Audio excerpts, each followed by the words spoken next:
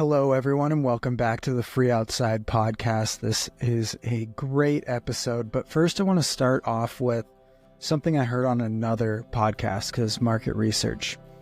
But I'm a pretty big sports fan, especially playoff sports, and it's the NBA playoffs right now, and I was listening to this podcast about it, and Doc Rivers, a famed coach, was on, and he was talking about Jerry West, who just passed away. Jerry West is known as the logo because the NBA, the entire league, the logo of the NBA is literally the silhouette of Jerry West.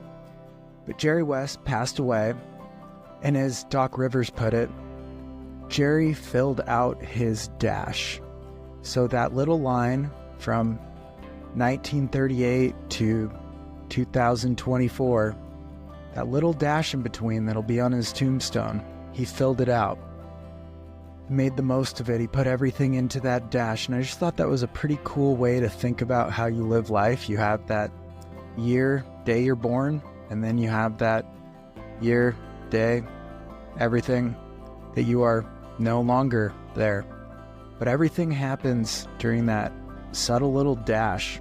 So that just kind of stuck with me, and I wanted to share that. So carry on and fill out that dash, because that's all you got to fill out.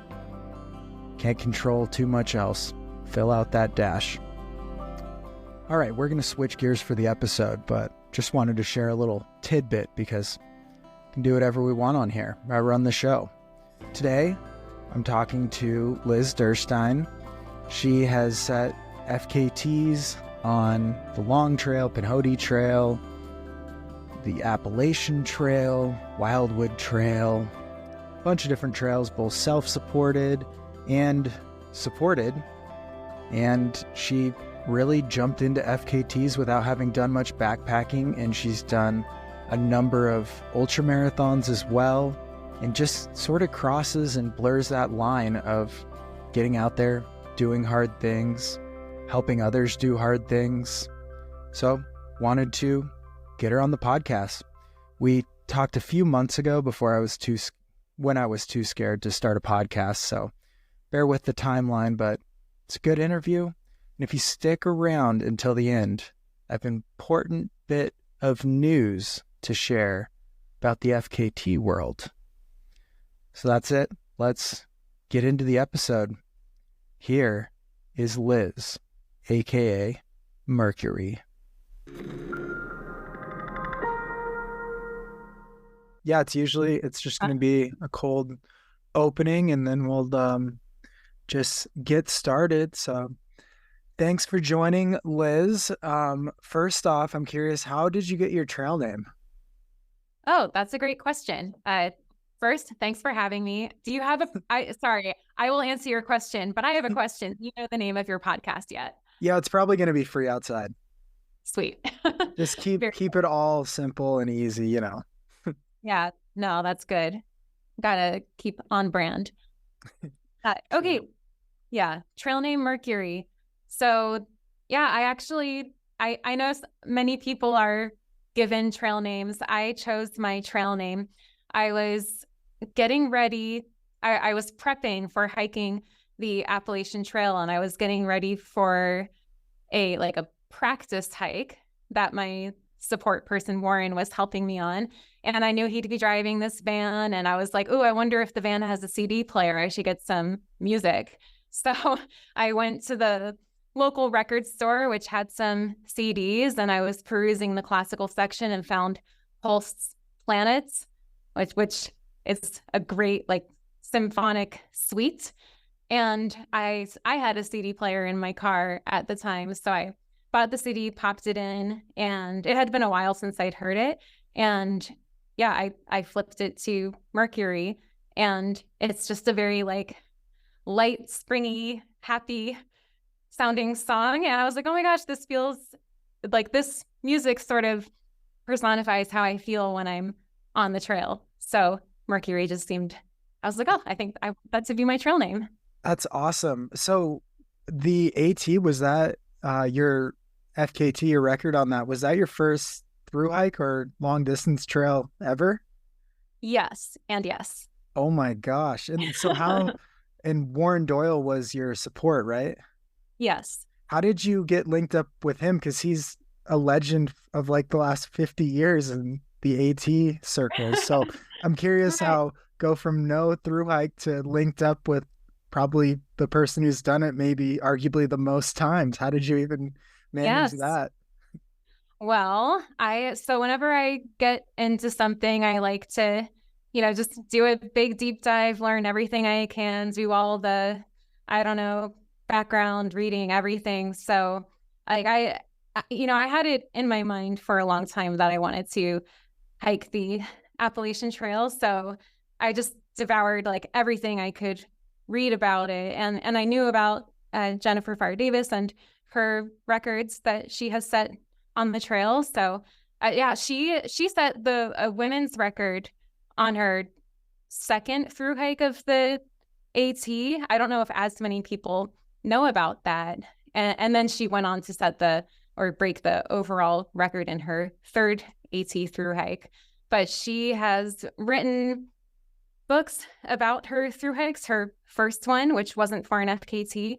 And as she was preparing for that, I don't know how she heard about it, but she attended this workshop that Warren Doyle puts on, basically like mentally helping hikers to mentally prepare for hiking the AT, because the statistics are something like only, I forget what it is, but maybe 20% of people that start the trail complete it.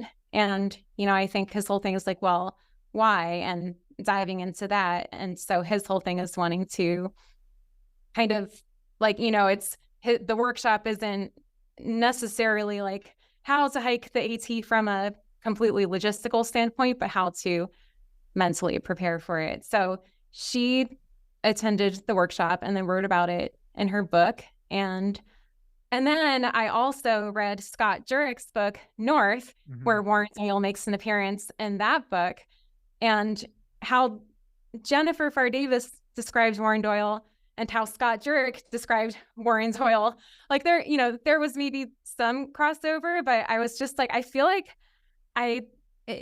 like in Jen's book, it's like he's a protagonist. In Scott's book, antagonist. So Yep. I just felt like that. I am so curious about meeting this person and hearing what he has to say. So I just went to his website and found that he had a workshop coming up, and this was the summer of 2019. So I signed up and booked a flight out to Tennessee and attended his workshop. And we got like, I'm like, how much of the story should I dive into? But that's how we met. And then we stayed in touch, and he helped me prepare for it and eventually proved me on the AT. So you go out to this workshop, and is it mostly through hikers and with plenty of backpacking gear and stuff? And you obviously have a bit of a different intention in mind. Was it a lot of crossover in the things you're trying to pick up out there, just getting experience to even cover the trail? Maybe it's twice as fast as some of the other people at the workshop, or what goes on out there?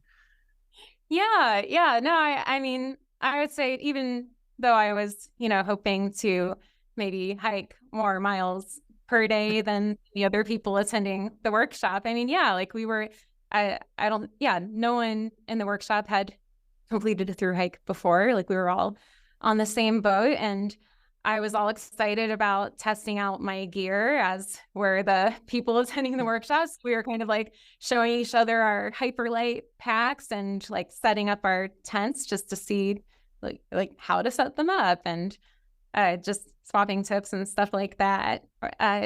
And we would go, we would be at this home base, Warren's property. The Appalachian Folk School.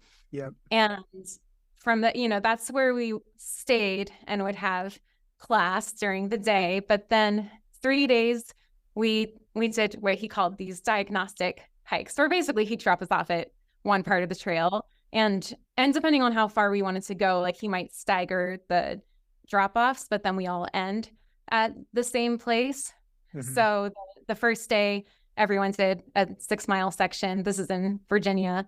And I ended up, I did the 6 miles out, but then turned around, they came back and they just picked me up afterward. And then one of the other days, I think some people did 5 miles or 7 miles, but then Warren would just drive me a little farther up the road and, at another trail crossing, and I'd run back down the same way. So yeah, he's such a mythical creature of just the Appalachian Trail in general. And just the trail world. I met him on Thanksgiving in maybe 2021, just in Arkansas at a McDonald's, and we were hiking the Washita Trail, and just he gave us a ride back to the trail, and it was so funny, just so random. We're just having Thanksgiving sitting on the curb at a McDonald's, and of all people, Warren Doyle just rolls up with his car full of stuff. And he told me when people get maps or stuff, he likes to buy those briefcases that are in like movies and stuff that are all silver. And when he gives info and stuff, he likes to put it in there as if it's like $1 million secret or something like that. So he's a fun character. Yeah. And then what a random way to meet. Yeah, absolutely. Had never met him before. And so was he the only support for the entire thing? And then I heard the method was you guys like bought a van or something, and that was the sleep system, or I'm curious about this. Yeah.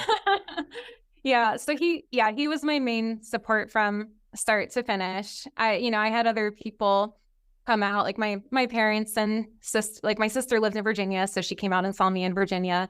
My parents live in Pennsylvania, so they came out and saw me in Pennsylvania, and my sister came up in Pennsylvania too. It was in the summer of 2020, so it was just kind of a weird time to be hiking. I lived out in Oregon at the time. I drove cross country to get out there, so pre-pandemic, I was like, hey, yeah, come out to the trail. It'll be so great. But then it was like, well, okay. I still decided to hike, but it was just not as I originally envisioned it, with just like, yeah, everyone come out, let's do this together. It was a little more solitary. And David Horton, another like trail legend, he came out and helped for the first 2.5 days. Then when I got up to Virginia, close to his hometown, he came out then too. And then, even though a lot of my West Coast friends, or like none of my West Coast friends, could come out to see me, it was pretty cool because, as I made my way north, people caught on to what I was doing. Like Warren was sending out these little email updates via my blog every day. So like people got it, like in Georgia, North Carolina, Tennessee. I mean, it was mostly just me, and there weren't very many thru hikers out there. So it was just a weird time. But then once I got up to Virginia, and I was doing pretty well through Virginia, so that I think it was just, like word got out, and then people started to come out, and then I was hardly ever alone from maybe Virginia all the way up through the beginning of Maine, which was really cool. Do you feel like that there was this pressure to almost prove that you had a chance before people latched on in Virginia and stuff too? Because I think when I started in the FKT world, it was like, almost have to prove a little bit for people to take you serious. And then it sounds like a little easier to get support and people along the way from there too. Yeah. So like someone actually told me that in Virginia. They were like, yeah, I mean, because people, I guess, I don't know how many record attempts happen every year, but I think maybe they were aware, or maybe like heard, that I'm attempting a record, but no one, I don't have any street cred. Like no one knows who I am, but then I did, like, I had a hot streak through Virginia. So I do think people really were, like, before that, maybe they were just like, oh, let's like see what this is all about. But then I did feel, at least like through that point, like, yeah, like I can do this.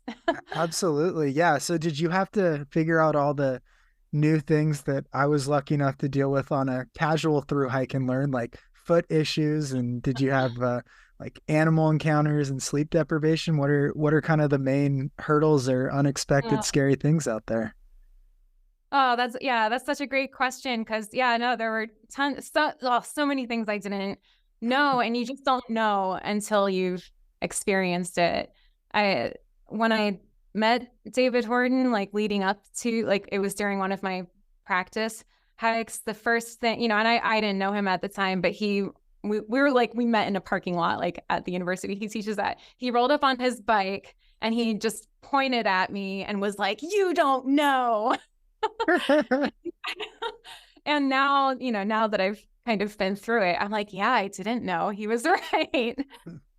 Yeah. And yeah, so that there were some pretty steep learning curves. The shoes that I had worn in all my training, even in, multiple 40-mile plus days, they did not work for attempting 50-mile plus days on the AT, because I was training on the West Coast. I don't have all the rocks and roots and stuff out there like the AT does. So my shoes and then therefore my feet got really torn up, really horrible blisters. Every day started with just kind of tiptoeing and whimpering and just waiting for the blisters to quote unquote warm up. And that was really painful. But then after about an hour or so, they would, I don't know if it's just endorphins or what, but my body or feet or whatever just sort of accepted the blisters were there and they wouldn't bother me as much throughout the rest of the day. I had animal encounters. I startled a couple bears along the way. One was not a big deal. The other one was a big deal. I scared these, I was by myself. It was around dusk. I heard this like kind of big crash in the bushes, then saw these little cubs scurrying up to different trees next to each other. And I was like, oh no, this isn't good. And then Mama Bear just comes crashing out of the bushes onto the trail and starts coming toward me, like, huffing and so I backed up and gave her space. She came at me, then I backed up some more. She got up on her hind legs to scare me a little more, and then went back to the cubs. And in the moment I was very calm about it, but then after the encounter, and I ended up making like a wide semicircle bushwhack around where the bears were, I looked down and my hands were just like shaking uncontrollably. So like, even though I felt like I handled it well, that was probably one of the most scared times I've ever been. And then do you just start running, covering miles to put space between you and the bears? Or are you just like alert at that point? Yeah, I was just on high alert, and it was so silly because even after I made the effort to go really wide around the bear, I could still kind of see it, and every so often the bear would get up on her hind legs just to like keep an eye on me and see where I was. So we were kind of tracking each other. But then unfortunately, the trail just started to kind of go around a curve and wind around and start to go toward the bear again. I was like, no, but she just, and the cubs just kind of ambled away and it all worked out. Yeah. And meanwhile, you're trying to just hold it together with your feet and your mileage for a record at the same time of realizing there's monsters in the woods. Yeah, that's right. And so once deep into it and stuff, did you start having to pull all-nighters and experience some of the sleep deprivation stuff of FKTs and things up north as well? Yes. Yeah. That was just another, before the hike, and as I'm planning it all out and calculating what I need to do to set an FKT, Warren and I came up just like with these 3 numbers. I think I'm like, okay, let's see if I can remember my math. I think it was 17, 1, 6, like 17 hours of hiking, an hour total of, maybe like half an hour before starting, half an hour before going to bed, and like 6 hours of sleep. So like, yeah, that sounds really ideal. And in the practice hikes I did, which we kept the mileage a little lower, which like in the low 40s rather than like the low 50s.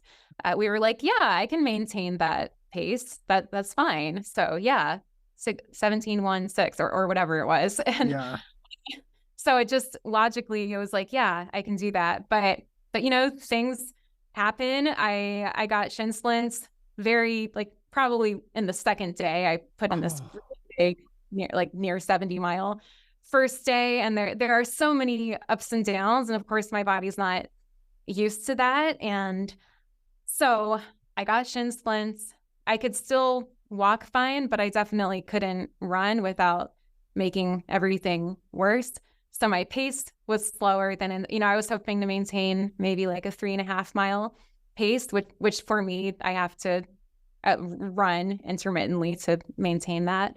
But I couldn't run. I walked. So I had to walk longer hours to meet my goals and therefore get a lot less sleep. So I have a little chart on my website, mercuryontheRun.com. I think the link might be broken. I'll have to fix it before the podcast, but I have a PDF that Warren made just so you can see the hours per day I hiked. So how many hours per day, how many miles per day, what my pace was.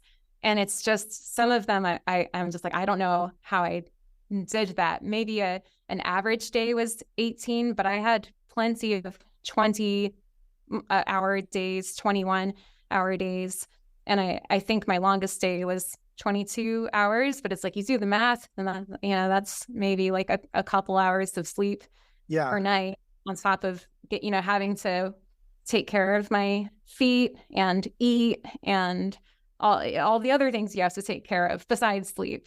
Yeah, it's amazing how the hours add up too. It's not like you're bored out there or just, casually going along. You're always thinking ahead about something, and math is continually happening, and you're assessing the last stop, thinking of how you could have been better and things like that out there. Did you end up like hallucinating and stuff too during some of those pushes? Yeah, it's funny because I never thought I hallucinated, because when people talk about hallucinating in ultras or in FKTs like this, I imagine that they are, like they're seeing a clown in front of them, or just like that. I think I imagine it to be really psychedelic, which maybe for some people it is. But who was I talking to? Alyssa Godesky? Not Godeski. She has the Pinhoti Trail record. Oh, Clark, maybe? Alyssa Clark. Yeah, we were talking about it. She was describing it. I was like, wait, what? Yeah, what you're describing? Yeah, that's happened to me too. And so for me, which I guess this might fall into the definition of hallucinations, but I noticed. So when I'd be walking along, I spent a lot of hours hiking at night. I'd be looking down a lot just to not trip, and I'd still trip anyway. But the leaves on the ground I'd start to see faces, and usually they would be. It was really creepy. Like they'd be mocking me, or like frowning or smiling. It was just I think I'd start to create faces, just like with the patterns that I'd see out there. And then definitely like big boulders that you see out on the trail, I would think that they're tents or cars or things. So I think, my mind, it was like my mind was trying to make sense of everyday things you see out there, but turn them into maybe the things I wanted to see. Like maybe I did want human connection. Maybe I wanted to see a car because that meant, seeing the support vehicle means I'm going to get some comfort or like some sleep or food or something. So yeah, it's like shimmers in reality, just like shift it into something that doesn't quite make sense because maybe you've lost your true sense out there. It's such a weird phenomenon. I have a lot of sticks that morph into snakes or something, and especially in rattlesnake areas, it's like, oh, this is scary. It's a snake, and it's just a snake. I know. It sounds terrifying. Yeah, it can be.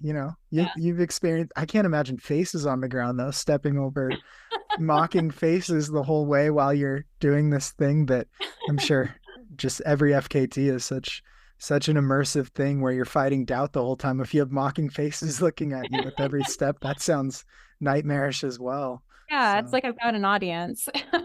yeah. So obviously after the AT, you were into at least trails and FKTs. So why did you decide to go self-supported and really jump into the more backpacker style of travel? Yeah. Well, after the AT, it's like even I felt like, I mean, I went so into this maybe a deep, dark place, like so deep into the well to like keep going and get to the end. Like that was something in me I didn't know I had. Like it was this cool discovery. So I mean, I was like, I want more of that. and so I started to explore what else was out there, and I became very interested in the long trail. Also very influenced by Jennifer Pfeiffer Davis and reading her books and stuff. She talks about the long trail, and there's a lot of cool history. Like a lot of people have said FKTs on the long trail. So I started thinking about that, and I attempted a supported FKT on the long trail the following summer. And that was also with Warren and with some friends, Adrian and Jen, who I had met on the AT. They live in Pennsylvania, came out and helped me on the AT. And that ended up, I mean, being like a pretty tough. Like I ended up dropping, I think not even 2 days in, or maybe it was something like that. And it just, what am I trying to say? Like it's something about the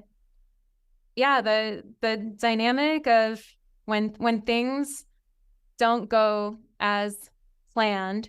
It was so random. I ended up chafing really horribly the first day. And I would never think of chafing as something that would be this detrimental thing, but it was some of the worst pain I had been in. Like it was on my legs and my butt and everything. And so I ended up spending a long time the first day with the support crew, like midday, just trying to like change my clothes and it basically like get some like anti-chafe cream on the parts that were bad. Anyway, the whole day just ended up taking a lot longer than planned, and I finished later than planned. And then it's like if you think of FKTs like a chess game, it's like, well, if I do this, here are all these possibilities. But if I do this, here are all these other possibilities. And it just like there were differing opinions on what to do throughout the group, and ultimately it was up to me. But I think I didn't totally know what I wanted to do, and B, like I want everyone to be like I want everything to be harmonious. Yeah. And so it's like there's just suddenly all these factors to consider, and like I still don't know what the right decision was. So like it was a bummer. I kept going, but I think that there were just some challenges there that made it really difficult. I stopped, and and that was that. And the next summer, I still couldn't get the long trail off my mind, but I was like, what if I tried something different? So I wanted to try something self-supported.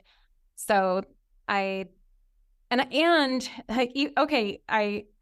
the entire AT, but that was a supported effort. I didn't camp out on the trail once. I really still didn't have a lot of backpacking experience. So I was like, okay, maybe I'll try self-supported on the long trail, but I need to actually figure out how to backpack. Yeah. Yeah. So that just became my next project. And I was coaching cross country for a high school at the time. We had a little gap of spring break, so I used that time to go hike the Pinhoti Trail. And that was basically like my first like more than one night solo hike by myself. So that was a really great chance to just get some experience, get my gear dialed in, figure out what I'm doing, and also just learn to problem solve on my own, which is something I hadn't done before.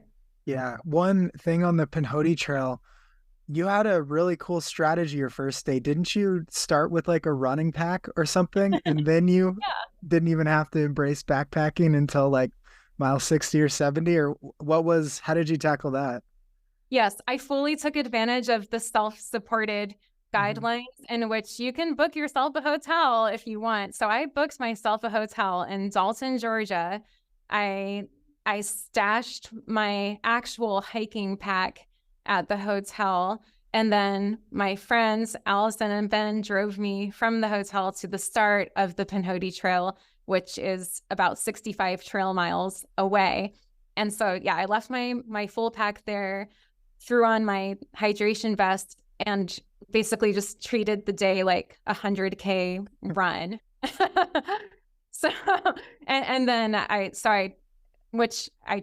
don't know what I would have done if something happens and I couldn't. It was kind of a risk because it's like, well, what if something happens and I don't or I guess I'd just end up hiking through the night to get to the hotel because I don't have any sleeping stuff with me. So I did that. And then from the second morning on, it was more of a like traditional through hike. Yeah. And I think you're a bit of a trailblazer in that respect, because I think supported efforts can get a lot lower if there's that hybrid of like willing to camp out in that long stretch with, a bigger pack or something like that. So I just thought that was really cool, and I've put a pin in that for my own sake in the future. If I ever do something supported, is if you have that option to switch between the two styles under the supported banner, it's almost like it leads to so much more efficiency. So that's super cool. I completely agree. Like, but I didn't have those backpacking skills, and I just mean things like setting up a tent. I'm like, I don't know how to set up a tent. I do now, but it's just things that seem scary before you do it, at least for me. And when I look back on the AT experience, I kind of limited myself to only ever ending at roads because I didn't not want to end where I couldn't just crawl into the support van at the end of the day. But if there are certain sections, like the White Mountains or the Smoky Mountains, that if you can just throw on a pack and go, you're giving yourself a lot more flexibility. Yeah. In a effort. Yeah.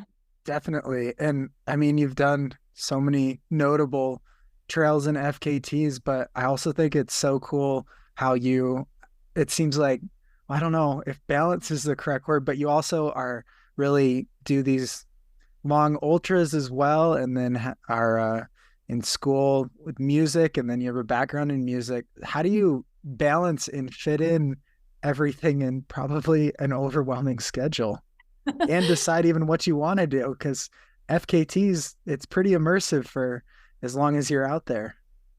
Yeah, well, thanks. Absolutely. Sometimes I feel like I'm in an FKT, like when I'm in the school year, because you're trying to just maximize every bit of time that you have and be the most efficient with every bit of time you have. I mean, I still think logistically an FKT, that's almost easier not physically, but just in the sense of like, I just have to go forward and like eat and drink and not be a dum-dum, but like, and the everyday, it's just, and this isn't particular to me, but finding that balance is hard, with school, life, work, like relationship, friends. I'm still trying to find that balance. So, my weekdays, I guess one way I've been trying to make the most of my time is I usually try to run to school.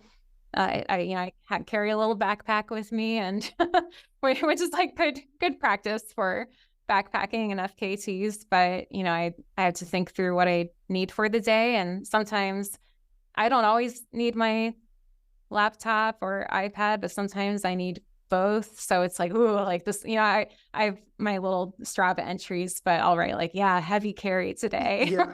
it's just like school supplies. And now with winter coming, I'm going to have to pack heavier shoes and my winter coat and things like that. But yeah, the parking and public transportation and all of that, it's either expensive or slow. So running to and from school is that's kind of my training during the school year. And so I'm not really getting much trail time, and I'm not necessarily seeing the most beautiful sights. And then yeah, like during the day, I'm either in class or I have rehearsals. I'm heading to a music rehearsal after this.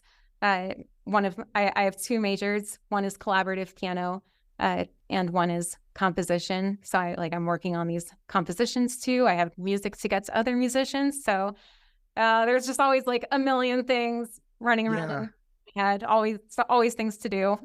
Yeah, I just remember the last person standing last year at Across the Years, it was like your break from school. So you're like, I'm just going to squeeze in this trip to Arizona to, put in, well, I think it was your PR then too, but it's just amazing that you can switch gears so easily when I'm sure music too, it's always kind of in your head in school as well. And then it's like jump into something where all you have is time to think and run for a few hours. Is that kind of, I don't know, is the running and the commuting and stuff kind of help balance all that out? Because I know it's hard in a city as well.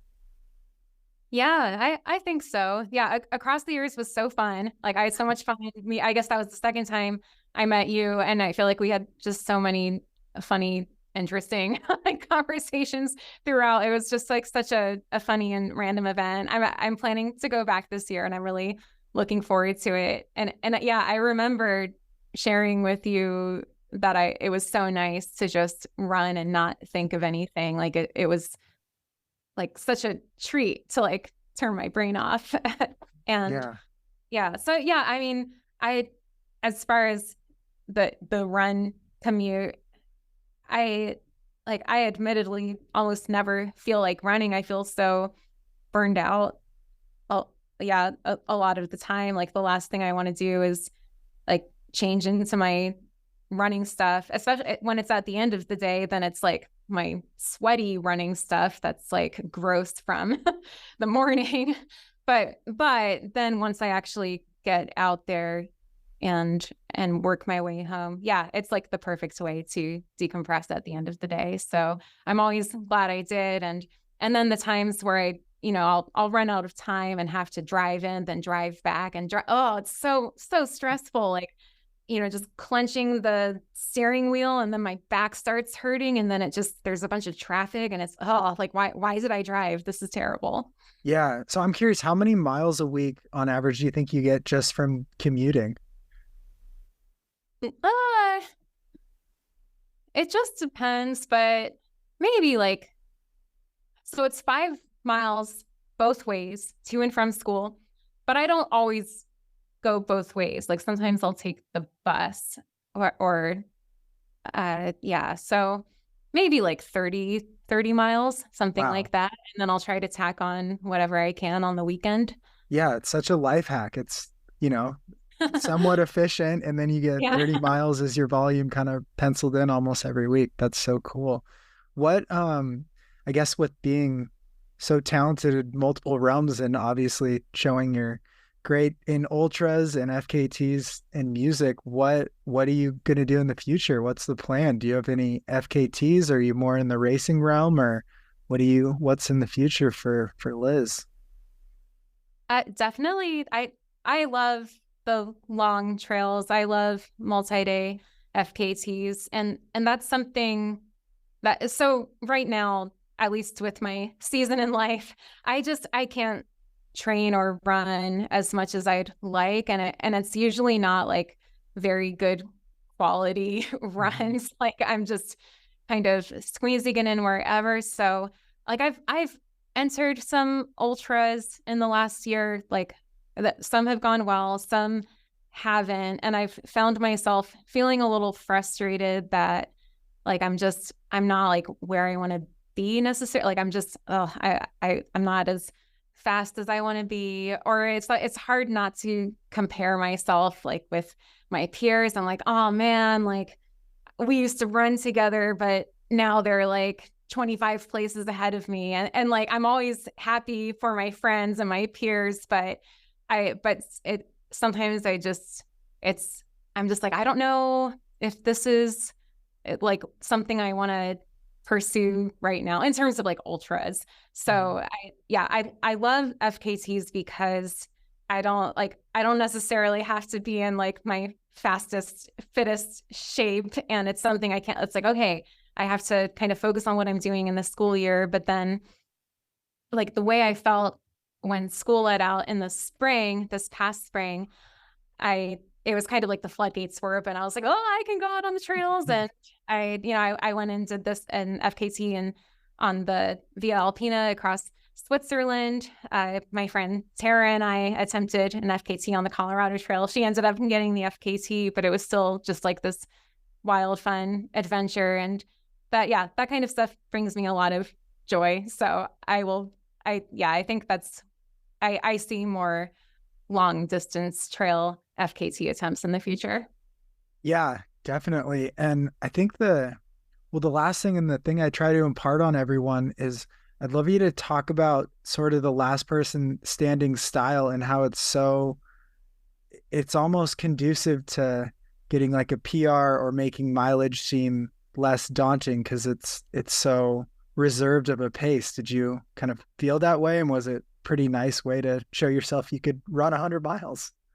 Yeah, absolutely. Yeah. So last year at Across the Years, the only other time I had attempted to run 100 miles was the summer of 2021, Kettle Moraine.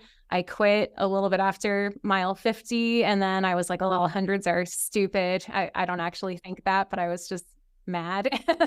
but yeah, I did want to kind of prove to myself that I can go 100 miles. Like, I think it is a mental block a little bit for me because even in something like a long trail like the AT, you get to you can choose to stop at the end of the day or sleep for a few hours then keep going, but like with 100 you just kind of have to keep going, so which is hard.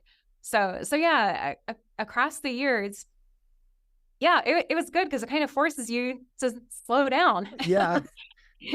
Yeah, and you still get a sub 24-hour 100 miler because that's the pace that's set up for.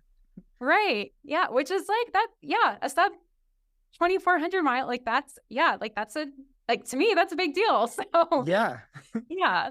So I really like that format, and what am I trying to say? Yeah, like I did my second last person standing race a few weeks ago, Bubba's backyard ultra in New England. Very different experience. Across the Years is on this very kind of like well-groomed flat 1 mile loop. Bubba's was a 3.5 mile technical trail mud fest, but it was still the same thing. It was like it's just so, yeah, I like that it's very relaxed and chill. You can just kind of shuffle along and just let the miles go by. And you get to chat with other people doing the same thing at the same pace too. All right. Last question for you. What of all the races and FKTs or even just a run has been the most fun, or like that, oh my gosh, I love this activity, that you can remember or you can think of, and why? That's how I feel all the time. Oh, I love that. Yeah, no, but I would say the most the most enjoyable experience. I mean, I had 2 really good experiences this summer, and I mentioned them briefly, but the Swiss Via Alpina, that was really cool. That was a solo trip I booked for myself. I did this self-supported backpacking trip, but it just felt, I was seeing all these new things. It felt very low pressure, and it just felt very adventurous. So yeah, I had a really great time with that. And then Colorado Trail, long story short, my friend Tara and I started a self-supported, like a team FKT together. I couldn't keep pace, and I ended up dropping, but like she kept going, and we had talked through what would happen, like what we'd do if that happened, which was basically like if someone has to stop, they'd go like support the other person, and it would turn into a supported effort. So I mean, I kind of switched roles really quickly, but yeah, I mean, that was really fulfilling and really fun, and I still got to see all these beautiful parts of Colorado that I've never seen before. So yeah. Those, I mean, and probably those are the two like most fresh experiences in my mind, but both really good memories from both. Yeah, and it just really illustrates the nature of at least FKTs in that trail world, and even ultras too, how it's like, well, it didn't go right for me, but I'm jumping in to help my friend get her goal, and it's completely selfless. So that was such a cool story and thing to see. And then this weekend she got attacked by cactuses. I know. I thought you two got to meet. That was cool. But oh man, that looked so painful. Oh yeah. Going viral with cactuses everywhere. I know. I was like, I mean, she got on your boy Scott Jurek Instagram, so like that's a good like. That's like, oh my God, she made it. Yeah, exactly. It's the little things. It's the measures of success in different ways. Yeah. Well, thanks so much. Yeah, thanks for having me. Yeah, I was gonna say, like, it's such a small world. Like, it's such this like kind of niche community and sport of these FKTs and multi-day things. So yeah, it's like, why? Yeah, I love embodying, like, supporting each other, and I don't know. All right, that was the episode. And one little bit of news I'll throw in there is I believe we just got a new FKT, a new record on the Oregon Coast Trail.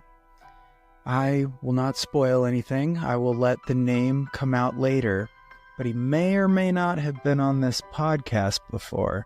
So dig back through those episodes and you might be able to guess who set a new self-supported record on the 400-ish mile Oregon Coast Trail. All right, be back on Monday. All of these are on YouTube. Thank you guys so much for listening. We've had like 5,000 listens in just a month of this podcast. Pretty cool. All right, thanks guys. And always remember, stay elite, my friends.